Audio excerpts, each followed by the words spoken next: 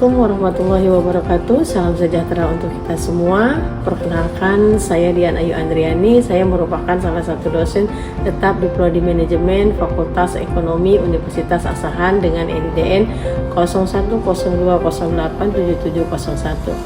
Pada kesempatan ini, saya ingin menyampaikan pernyataan diri dosen unjuk kerja Tridharma Perguruan Tinggi bidang pengajaran. Adapun mata kuliah yang saya ampuh adalah akuntansi 2 dengan bobot SKS 3 SKS yang dipelajari di semester genap. Dalam proses pembelajaran saya menggunakan metode DEI, yaitu Delivery Interaction Assessment. Dan deskripsi mata kuliah ini yaitu mata kuliah yang membekali pengetahuan dan keterampilan mahasiswa dengan mengedepankan penguasaan topik, yaitu mengenai proses akuntansi untuk kas setara dengan kas, rekonsiliasi, piutang, persediaan, dan aset tetap yang berwujud maupun tidak berwujud, dan liabilitas dan penyusunan laporan arus kas dan analisis laporan keuangan. Di samping itu, mahasiswa juga diharapkan menguasai keterampilan untuk menjelaskan bentuk organisasi perseroan terbatas ataupun PT serta melakukan proses akuntansi untuk PT. Adapun cara pembelajaran mata kuliah akuntansi 2 ini yaitu capaian pembelajarannya adalah 1. Mampu menjelaskan dan mempraktekkan pencatatan pelaporan piutang, aset tetap, sumber daya alam, aset tak berwujud, dan liabilitas dan investasi. Yang kedua, mampu menjelaskan bentuk perusahaan dan mempraktekkan pencatatan dan pelaporan untuk transaksi persediaan dengan metode FIFO, LIFO, dan rata-rata. Yang ketiga, mampu menjelaskan dan mempraktekkan pencatatan dan penyusunan laporan arus kas menggunakan metode langsung dan tidak langsung. Dan yang keempat adalah mampu menjelaskan dan pentingnya analisis perbandingan dan mempraktekkan analisis laporan keuangan yang meliputi analisis horizontal, vertikal, dan rasio keuangan. Selanjutnya, dari hasil pembelajaran mahasiswa diharapkan yang pertama yaitu mahasiswa mampu dapat memahami, menjelaskan dan membuat laporan kas dan setara dengan kas. Yang kedua, mahasiswa mampu mengidentifikasi jenis piutang usaha, menjelaskan secara cara untuk mengakui piutang usaha, membedakan antara metode dan dasar yang digunakan untuk menilai piutang usaha. Yang ketiga, mahasiswa dapat memahami, menjelaskan piutang usaha dan penilaian piutang usaha dengan metode piutang tak tertagih. Dan selanjutnya yang keempat adalah mahasiswa dapat memahami, menjelaskan metode persediaan barang dagang. Yang kelima, mahasiswa dapat memahami dan menjelaskan metode persediaan barang dagang dan serta dapat memahami dan menjelaskan investasi jangka panjang. Dan mahasiswa yang terakhir adalah dapat memahami dan menjelaskan aset tetap. Adapun pembelajaran yang saya lakukan dengan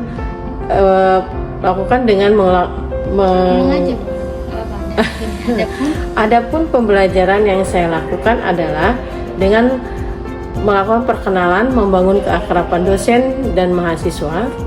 Yang kedua, saya melakukan brainstorming dengan harapan bisa menciptakan lingkungan yang kondusif, bebas, dan terbuka, sehingga mendorong setiap mahasiswa untuk berperan aktif.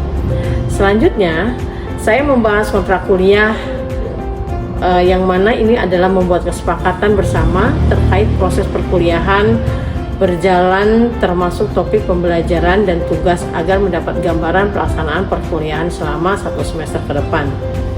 Dalam diskusi, saya biasanya motivasi mereka untuk belajar lebih fokus dan lebih giat serta lebih serius. Selanjutnya, saya akan mencoba mengetahui pemahaman masing-masing mahasiswa terkait proses pembelajaran melalui tugas, kuis, dan presentasi. Itulah gambaran dari pembelajaran mata kuliah akuntansi 2. Adapun rujukan pembelajaran sebagai bentuk strategi delivery, proses penyampaian materi kemahasiswaan dengan menggunakan beberapa strategi, yaitu textbook, diantaranya adalah buku karangan Rudianto, pengantar akuntansi, dan juga buku karangan Wiratna Sujarwani, pengantar akuntansi 2. Kemudian media online digunakan untuk mencari topik yang menarik untuk dijadikan bahan diskusi terkait materi perkuliahan. Lalu yang berikutnya menerapkan strategi lainnya, yaitu case method dan collaborate learning dengan memberikan contoh kasus serta berkolaborasi terkait dengan masalah belajar serta pemberian kuis yang dapat didiskusikan agar mahasiswa lebih semangat dan lebih semakin termotivasi dalam mempelajari materi pembelajaran akuntansi 2. Selanjutnya, dalam perkuliahan saya ini, saya juga menggunakan saluran komunikasi yang saya gunakan. Yang pertama, menggunakan grup WhatsApp. Hal ini dilakukan untuk berinteraksi langsung dengan mahasiswa dalam menjelaskan hal-hal yang terkait dalam pembelajaran atau terkait kendala-kendala selama proses perkuliahan. Pelaksanaan asesmen dalam pembelajaran ini, yaitu dalam proses ini bagaimana cara saya melakukan evaluasi penilaian terhadap mahasiswa. Di awal pertemuan saya menjelaskan bobot penilaian dari mata kuliah ini, yaitu ujian akhir semester 20%, ujian tengah semester ataupun UTS 20%, tugas 30%, kehadiran 10%, dan keaktifan mahasiswa adalah 20%.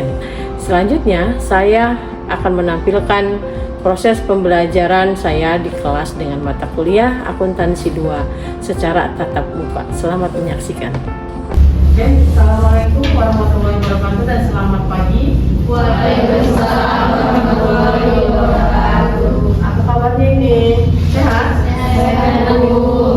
Oke, terima kasih ya sudah hadir untuk dalam pertemuan ke-8 ini, ya kan. Materi kita lanjutkan dengan materi sebelumnya, yaitu tentang persediaan dengan menggunakan sistem periodik. Hari ini kita akan membahas tentang persediaan dengan menggunakan sistem perpetual atau dengan kartu persediaan. Sebelum dimulai, mari kita berdoa menurut agama dan kepercayaan masing-masing. Berdoa dimulai.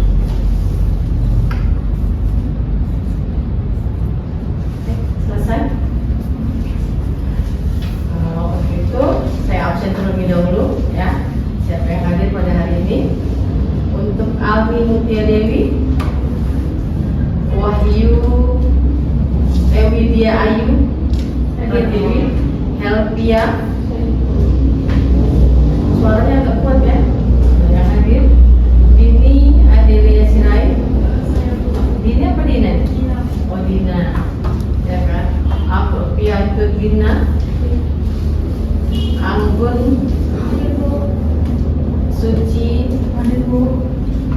Sakina, Hadir, Bu. Opri, Saya, Bu. Oprida, Suci Imelda, Bunga Sinta, Hadir, Bu. Windy, Hadir, Bu. Saputri, Hadir, Bu. Nurmala, Hadir, Bu. Bila Mawasi, Hadir, Bu. Anissa Afriani. Hadir, Bu.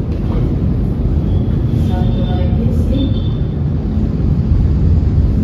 Raihan ya? Raihan sehat? Kok lesu? Oke, untuk pertemuan hari ini kita bahas tentang persediaan dengan menggunakan metode perpetual. Tapi sebelumnya saya mau bertanya dulu, kira-kira untuk minggu lalu apa sih persediaan itu sebelum kemarin? Ada yang tahu persediaan itu apa? Silakan. Bu. Ya. Persediaan itu adalah stok barang yang dimiliki perusahaan untuk dijual atau digunakan dalam proses produksi dan operasional. Itu persediaan. Mungkin ada lagi pendapat dari yang lain tentang persediaan? Stok barang, ya kan, untuk produksi. Nah, mungkin ada pendapat lain selain stok barang. Apa itu persediaan? Biasanya persediaan itu dimiliki oleh perusahaan, jasa atau dagang. Dagang identik dengan perusahaan dagang ataupun dengan perusahaan manufaktur. Karena apa? Karena perusahaan dagang itu adalah perusahaan yang memang menjual barang jadi, ya kan, atau barang dagangan yang siap dijual tapi tidak berubah sifat dan wujudnya. Nah, sifat dan wujudnya ini tidak bisa berubah. Kalau misalnya pulpen itu dengan tutupnya dijual, tetap dia mau menyediakan persediaan itu ya ini pena dengan tutupnya, bukan karena uang yang kurang lalu dengan tanpa ada tutupnya gitu kita jual, itu tidak akan bisa. Itu yang namanya persediaan dengan metode fisik juga, ya kan, metode fisik. Nah, sekarang dengan pencatatan persediaan dengan metode perpetual, di mana memahami atau memantau dan menilai persediaan secara real time. Dan istilahnya real time itu pada saat dia pencatatan, di situ dia dikeluarkan, maka dia langsung dicatat per harinya. Baik ada pembelian maupun ada penjualan. Itu adalah real time untuk mengambil keputusan yang lebih akurat. Ini tentang persediaan dengan sistem virtualnya. Nah, ada pun karakteristiknya bisa kita lihat di situ, pencatatan terus menerus, lalu pembelian menambah persediaan, lalu penjualan menambah harga pokok otomatis, ya kan, atau mencatat beban harga pokok penjualannya.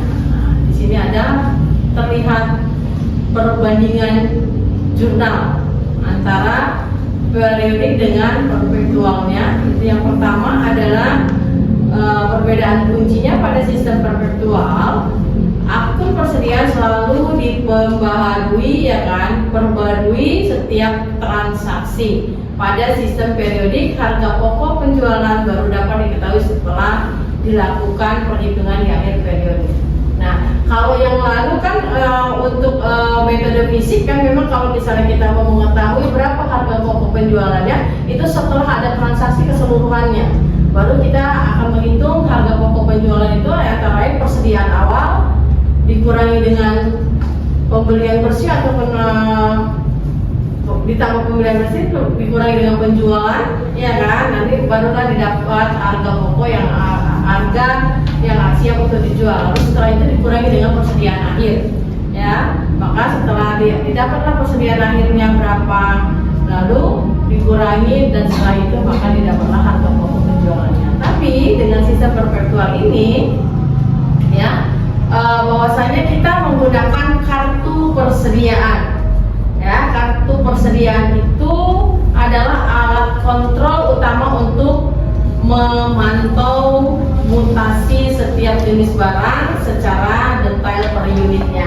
Nah, di sini ada kolomnya, ya, kolom-kolomnya ada. Ini contohnya dengan Vivo, ya kan, kartu persediaannya. Ada kolom-kolomnya, ada tanggal, ada masuk, ada keluar, ada saldo.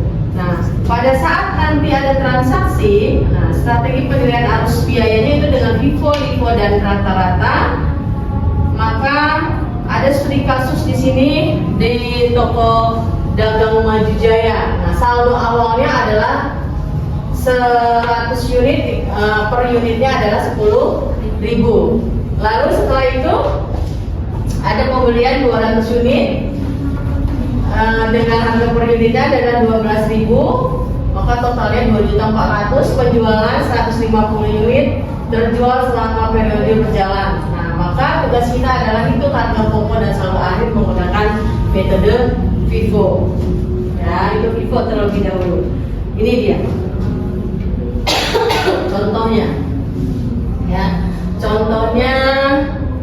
Di situ ada simulasi kartu persediaan metode FIFO. Lalu 1 Januari saldo awalnya adalah 100, maka didapatlah dia 1 juta. Ya. Lalu tanggal 5 pembelian kembali 200, maka hasil akhirnya adalah 300 unit yang tersedia barang. Dari mana 300 unit ini? Pembelian ditambah saldo awal, pembelian ditambah dengan saldo awal, maka 300 unit. Didapat 3.400.000 dari mana? 3.400.000 dari mana? Yang kuat. Saldo awal ditambah saldo pembelian. Saldo awal ditambah dengan saldo pembelian.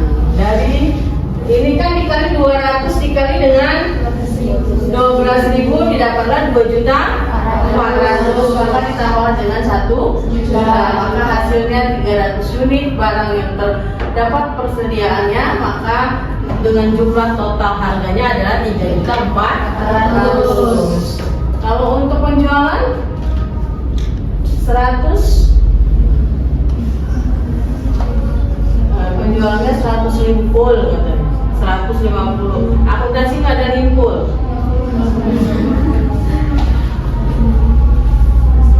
150 ya, 150 dengan pembeliannya yang pertama kita kan mengeluarkan dulu lah yang 100 unit ini ya. Nah yang 100 unit kita keluarkan kan itu, karena dia menggunakan FIFO. FIFO itu apa?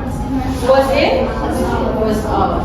Maka 100 ini dulu kita keluarkan ya kan. Nah maka setelah itu baru 50 nya dari sini kan itu, yang dari 200 kan itu, dari 200, maka kita kurangi yang 100 ini dengan harga 10.000, yang 50 ini dengan harga 12.000. Maka didapatlah 150, maka jumlahnya 1.800.000. Dari mana itu 1.800.000? 50 dikali 12. Ini kan 1 juta nih. 12.000 dikali 50 berapa? 600. Kok bisa ini? 1.800.000.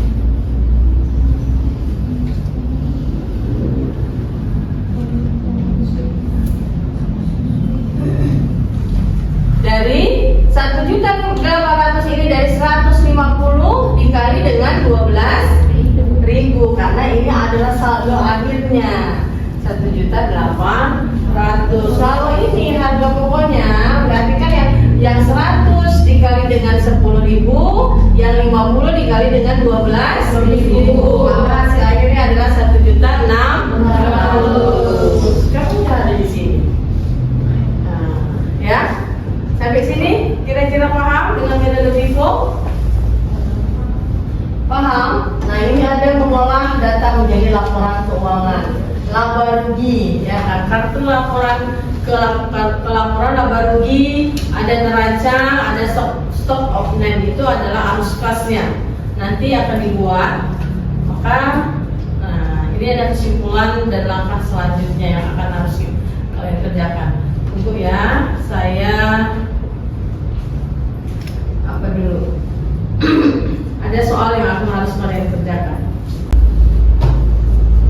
Oke. Ini ada soal dengan metode tapi metodenya LIFO. Ya. Kalau metode LIFO, ya kan?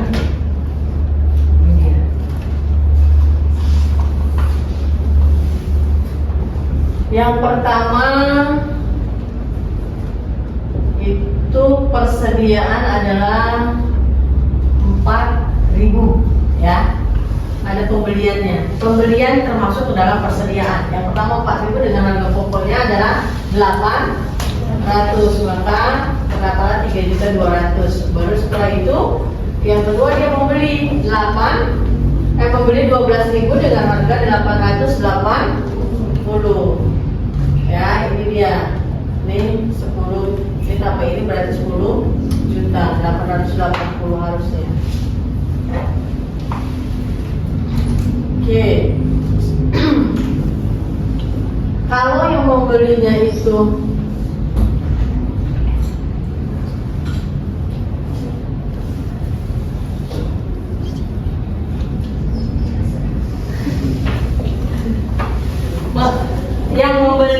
dijualnya 8.000, maka yang harus dikeluarkan dengan harga terakhir. Kalau LIFO itu kan last in first out, karena dia metode LIFO kan. Nah, last in first out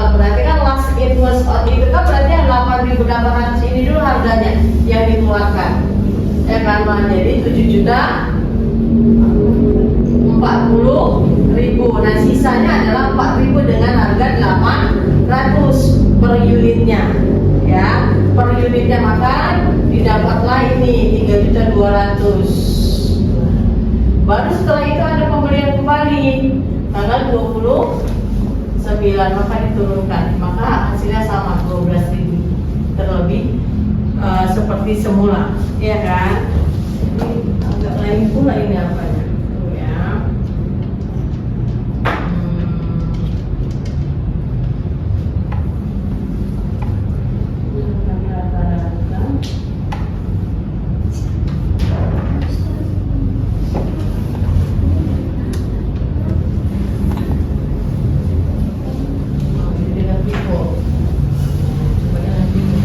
Silakan, siapa ada yang mau maju ke depan kira-kira untuk metode FIFO-nya?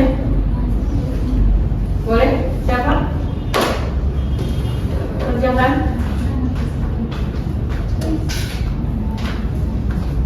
Ya. Kita perhatikan sama-sama.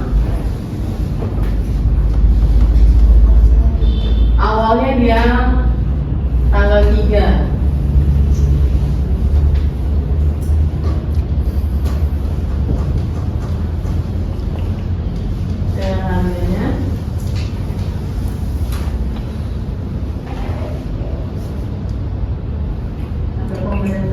Nanti mungkin ada lanjutan untuk penjualannya. Siapa yang mau maju ke depan selain Nisa? Enggak ada.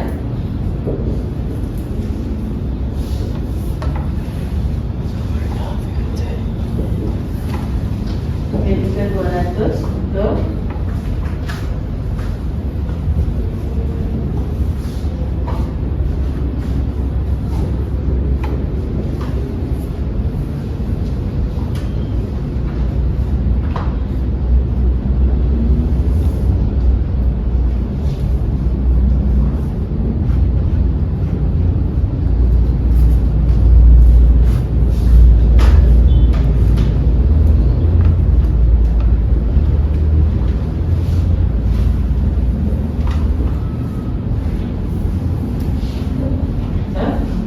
Penjualannya siapa?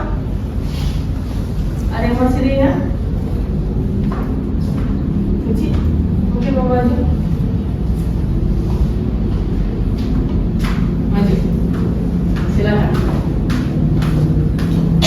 Untuk penjualannya.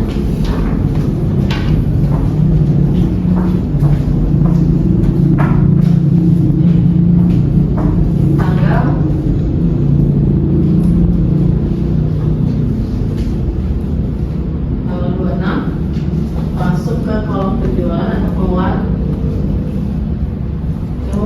Pak Rik terlebih dahulu. Ya Pak. Yang pertama dulu yang dikeluarkan ya, ya kan? Nah, yang pertama dulu yang dikeluarkan dengan pada 800. Kedua.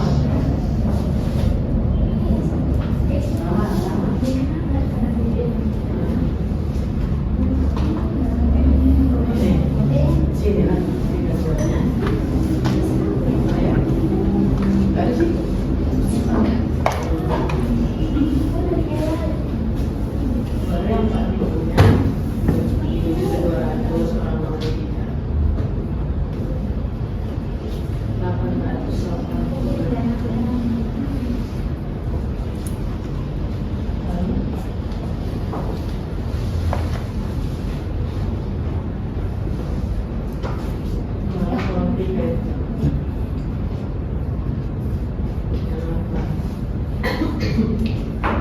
Angka 12.000 dikurangi 8 ribu, angka sisa 4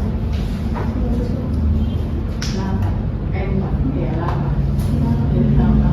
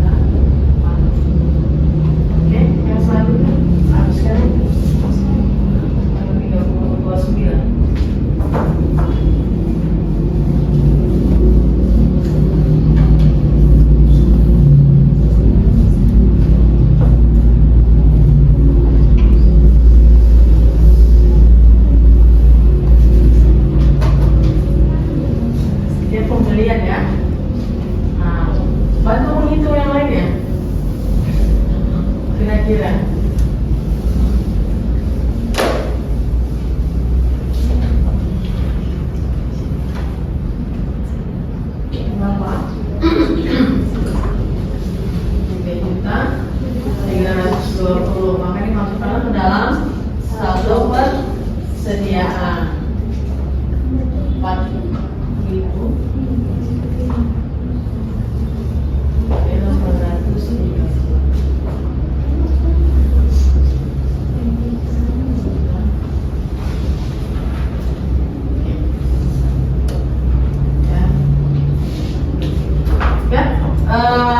dia. Tapi diminta untuk menilai persediaan akhir. Berarti nilai persediaan akhir ini ya.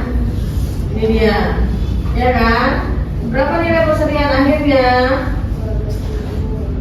Berapa? 12.000 dengan total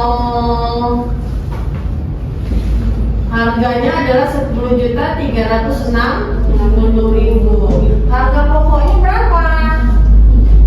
Dari harga 8.000 ini harga pokoknya menjadi 6.720.000. Ini harga HPP-nya.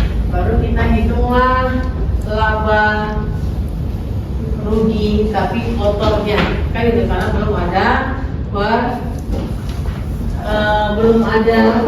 belum ada untuk pembelian bersihnya berapa ya, karena persediaan akhirnya itu dia. Nah, untuk selanjutnya ya kan, kira-kira sampai di sini ada yang mau didiskusikan dulu? Oke, kalau tidak ada, mudah-mudahan kalian sudah mengerti. Jadi nanti tinggal melanjutkan dengan metode LIFO lalu metode rata-rata. Dan kalian untuk metode FIFO yang sudah ada ini kalian melanjutkan dengan di rumah untuk latihan atau tugas, yaitu dengan menghitung laba atau laba rugi kotornya ya. Kalau tidak ada yang mau didiskusikan, kurang lebihnya mohon maaf. Assalamualaikum warahmatullahi wabarakatuh dan selamat pagi. Demikianlah video pembelajaran ini saya persembahkan dalam unjuk karya PDD UKTP dalam memenuhi sertifikasi dosen tahun 2026. Semoga bermanfaat untuk mahasiswa dan umumnya masyarakat. Wassalamualaikum.